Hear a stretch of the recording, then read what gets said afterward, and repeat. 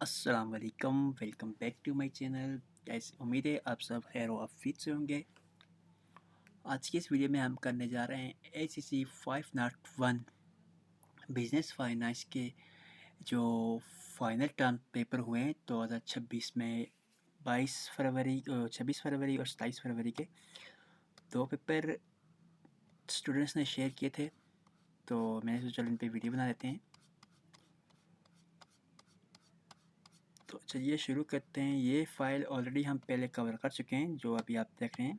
अगर आपने नहीं देखी तो ऊपर आई के बटन पे क्लिक करें और हमारे प्ले लिस्ट को एक्सेस करें वहाँ से, और ये फ़ाइल मुकम्मल आप वहाँ से देख सकते हैं। तो चलिए शुरू करते हैं। ACC 501 पेपर है जी 26 को हुआ था शाम 5 बजे की स्टूडेंट का। क्वालिटी ऑफ IRR क्या है जी? Internal rate of return. इसकी क्वालिटीज़ क्या हैं? द मोस्ट वाइडली यूज, पहली क्वालिटी है कि बहुत ज़्यादा यूज़ होता है। इजी कम्युनिकेशन एंड अंडरस्टैंड, आसानी से कम्युनिकेट करने के लिए और अंडरस्टैंड है। And can be met IRR even if we didn't know the discount rate, यानी कि अगर डिस्काउंट रेट ना भी पता हो तो एलिमिनेट किया जा सकता है। सेकंड क्वेश्चन था जी, गवर्नमेंट बॉन्ड्स क्या है जी? When the government wish to borrow money for more than 1 year, जब गवर्नमेंट एक साल से ज़्यादा मनी को क्या कहती है, बोरो करने की ख्वाहिश रखती है, it sell what are known as treasury notes, जैसे ट्रेजरी नोट एंड बॉन्ड्स होते हैं टू द पब्लिक में, तो ये हमारा गवर्नमेंट बॉन्ड्स होते हैं। नेक्स्ट है जी, weighted average cost of capital, यानी कि WACC। The weighted average cost of capital is the cost of common equity and the cost of debit, यानी कि क्या है जी, cost of common equity और cost of debit को क्या करना है, हमने प्लस करना है। तो WACC का फार्मूला देख लेते हैं। E/V cross RE plus D/V cross RD multiply by 1 - TC into E क्या है हमारे पास, market value of equity. T हमारे पास market value of debit. V is equal to total value E plus D. R E हमारे पास है cost of equity और आर डी हमारे पास है कॉस्ट ऑफ डेबिट। ये आर ई को हम इस तरह लिखेंगे। ओके, तो एक एग्जांपल सॉल्व देख लेते हैं, कैलकुलेट करते हैं। इक्विटी हमारे पास 8%, डेबिट 20%, सॉरी इक्विटी हमारे पास 80% है, डेबिट हमारे पास 20% है। आर ई हमारे पास जो है, हमारे पास यहाँ पे वो है 13%, और जो हमारे पास आर डी है वो है इधर 8%। तो फार्मूले पे पुट करते हैं तो हमारे पास जो 0.80 इसलिए आया क्योंकि हमने परसेंटेज को ख़त्म किया तो ज़ीरो लग गया, इसलिए हमारे पास ये आ गया। मल्टीप्लाई बाय 13% को हम इस तरह लिखते हैं, प्लस 0.20 मल्टीप्लाई बाय क्या करेंगे 8% पे, तो हमारे पास जो आंसर आएगा वो है 0.140 प्लस 0.016। इन दोनों को आपस में मल्टीप्लाई करेंगे तो आंसर आएगा हमारे पास 0.14, और इस दोनों को आपस में मल्टीप्लाई करेंगे तो आंसर आएगा 0.016। दोनों को आपस में ऐड करेंगे तो आंसर हमारे पास आएगा 0.12 और 12% आप इसे कह सकते हैं। M&M2 ये इसकी सेकंड प्रॉपर्टी है। तो इस पे क्वेश्चन आया था, according to M&M2 property 2 the case of equity RE is equal to RA plus RA minus RD into multiply by RD/E। ये इसकी सेकंड प्रॉपर्टी है, इसको हैंड आउट से भी आप देख सकते हैं।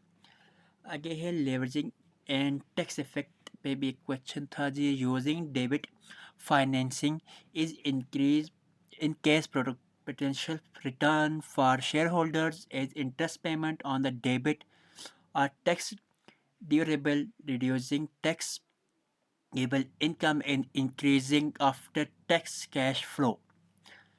एक और क्वेश्चन नंबर 6 पे, द स्टैंडर्ड डेविएशन क्या है? The standard deviation is always the square root of the variance. For example SD is equal to square root of 4 which is equal to 2%। Average return, mean of historical return, यानी कि historical इनका return होता है showing overall performance. Example देखते हैं, return 10%, 12%, 8%। तो average हमारे पास आएगा जी, हम 10, 12 और 8 को दोनों को तीनों को आपस में मल्टीप्लाई करेंगे, डिवाइडेड बाई टोटल नंबर पे आएगा। ये हमारा सम ऑफ, इसका फार्मूला रिटर्न का क्या हो सकता है जी, sum of all divided by total number. तो सम ऑफ ऑल का हम जो आएगा वो हमारे पास आएगा 30 डिवाइडेड बाई 3 करेंगे तो 10% हमारे पास आ जाएगा। वेरियस क्या है, मरीन deviation of return around the average. Example 10, 12, 8 same example है। वेरियस क्या देखेंगे तो हम 10 minus 10 into square plus 12 minus 10 to square और फिर प्लस 10 8 माइनस 10 का स्केयर डिवाइडेड बाई 2 कर देंगे तो विच इज़ इक्वल टू हमारे पास आंसर जो आएगा वो होगा 4। ऑपरेटिंग कैश फ्लो हमारे पास क्या है जी, this refer to cash flow that result from the firms day to day activities of producing and selling. Operating cash flow है जी, the difference between investment market value and its cost is का net present value NVP net present value of investment. ये याद रखना है, NVP के काफ़ी सारे स्टूडेंट का कह रहे थे कि बहुत ज़्यादा आ रहा है ये, इसे फाइंड भी करने का और इसकी डिफिनेशन वगैरह भी। Depreciation non cash expenses allowing assets cost over it's useful life reducing taxable income. एक और पेपर ये 27 को आया था जी, ये स्टूडेंट का मोस्टली एमसीक्यूज हैंड आउट से थे पुरानी फाइल वगैरह से कुछ नहीं आया। शॉर्ट क्वेश्चन था जी, फाइंड डिविडेंड यील्ड करना है, MACRS से रिलेटेड क्वेश्चन थे। Find inventory turnover and inventory period, long में भी इस तरह के क्वेश्चन थे। देख लेते हैं जी, फर्स्ट पे हमारा क्वेश्चन है डिविडेंड यील्ड क्या है। डिविडेंड यील्ड क्या किसे कहते हैं, डिविडेंड माइनस बिगिनर वैल्यू को डिविडेंड फाइंड करने के लिए। तो dividend yield beginner value, dividend हमारे पास 20% है, बिगिनर वैल्यू हमारे पास 2500 था विच इज़ इक्वल टू कितना आएगा 0.8%। नेक्स्ट क्वेश्चन है MACRS क्या है जी, modified accelerate cost recovery system, जो हमारा एक्सीलरेटेड कॉस्ट रिकवरी सिस्टम है MRC। ये भी एक शॉर्ट क्वेश्चन आपका आ सकता है यहाँ से, ठीक है ना। Is a tax description system use to calculate, किस लिए यूज़ किया जाता है, कैलकुलेट करने के लिए how fixed assets loss value over the time of tax purpose, यानी कि फिक्स एसेट कैसे लॉस होते हैं over the time of fix tax purpose के लिए।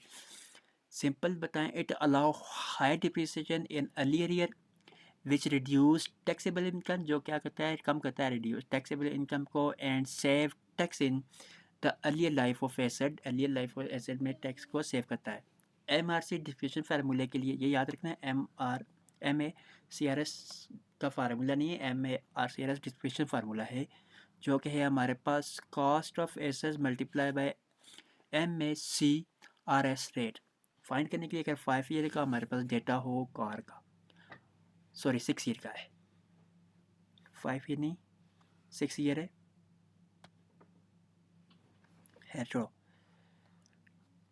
यहाँ पे आप इसको कर लेते हैं जी 6 ईयर।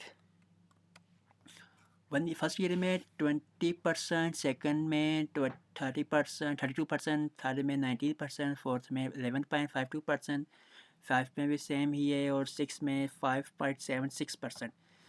तो हमारे पास जो क्वेश्चन में दिया होता है वो कॉस्ट ऑफ कार हमारे पास गिवन होती है 12,000 और एसेट्स जो है हमारे 5 ईयर की भी है, यहाँ पे मिस्टेक 6 ईयर, ठीक है।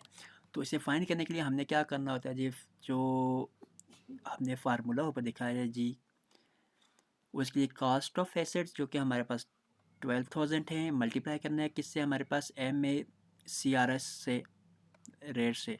तो हम मल्टीप्लाई करेंगे जब इसको तो हमारे पास आंसर आएगा फर्स्ट ईयर का वो होगा 24,000, सेकंड का 3,440, थर्ड का 2,304, फोर्थ का हमारे पास आएगा 1,382.40, फिफ्थ का हमारे पास 1,38,200 एंड 1,382.40 है ये। फिर 6 का हमारा 691.20। तो ये सिंपल हमने क्या करना है जी, हमने करना है जी 20.00% को हमने मल्टीप्लाई करना है 12,000 के पे, तो हमारे पास ये इसका आंसर आ जाएगा।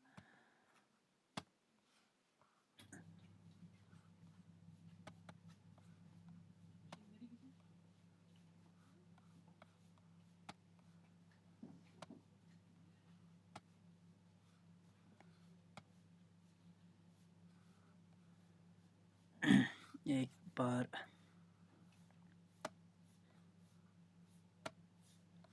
हम इसको देख लेते हैं।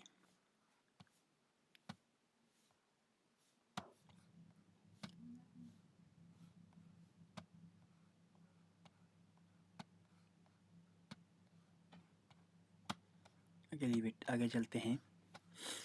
नेक्स्ट है जी, total description is equal to 12,000 से, यही वही सेम चीज़ बता रहा है। March is the tax description system that allow the cost of assets of the fixed recovery periods during accelerated depreciation rate ignoring salvage value. Next है जी, what is NVP net present value. Same question already हम paper में अपने पढ़ा था कि net present value यहाँ पे देख लें, यहाँ पे सिर्फ डिफिनेशन आई हुई है और इस पेपर में हमारे पास नेट प्रेजेंट वैल्यू को फाइंड भी करने का बताया गया है और फालतू में कुछ और चीज़ें भी हैं। The difference between investment market value and its cost, कह रहा है कि हमने क्या करना है, इन्वेस्टमेंट मार्केट वैल्यू जो है उसको हमने उसकी कॉस्ट से क्या करना है, माइनस करना है, तो हमारे पास नेट प्रेजेंट वैल्यू आएगा। It tells us how much value a project add to the firms, ये बताता है कि कितनी वैल्यू एक प्रोजेक्ट में फॉर्म में एड किया है। The present value of expand cash flow, यानी कि जो प्रेजेंट वैल्यू हमारे पास 12,313 है, but the cost of getting those cash flow is $1,000, $10,000। So NVP हमारे पास नेट प्रेजेंट वैल्यू हमने फाइंड करने के लिए जैसे ऊपर हमने पढ़ा है, डिफरेंस करना है हमने किसका जी, इन्वेस्टमेंट मार्केट वैल्यू को, वो है हमारा 12,313 को डिफरेंस करना है किससे, कास्ट, इसकी कॉस्ट कितनी आ रही है जी हमारे पास, वो है 10,000, तो आंसर आ जाएगा हमारे पास 2,313। एक MCQs यहाँ से भी आप क्या सकते हैं कि if net present value greater than zero तो प्रोजेक्ट क्या होगा, एक्सेप्टेबल होगा। If net present value less than zero, एक प्रोजेक्ट क्या हो जाएगा, रिजेक्ट हो जाएगा। अगर NPP net present value equal to zero हो तो इनडिफरेंस में आएगा। सो ये थे हमारे जो दो पेपर। उम्मीद है आपको वीडियो अच्छी लगी होगी। कुछ चीज़ समझ ना आई हो, लाइक शेयर कमेंट कमेंट में ज़रूर पूछिएगा। वीडियो अच्छी लगी हो लाइक शेयर कमेंट करके ज़रूर बताइएगा। मिलते हैं नेक्स्ट वीडियो में, ख्याल रखिए, अल्लाह हाफ़िज़।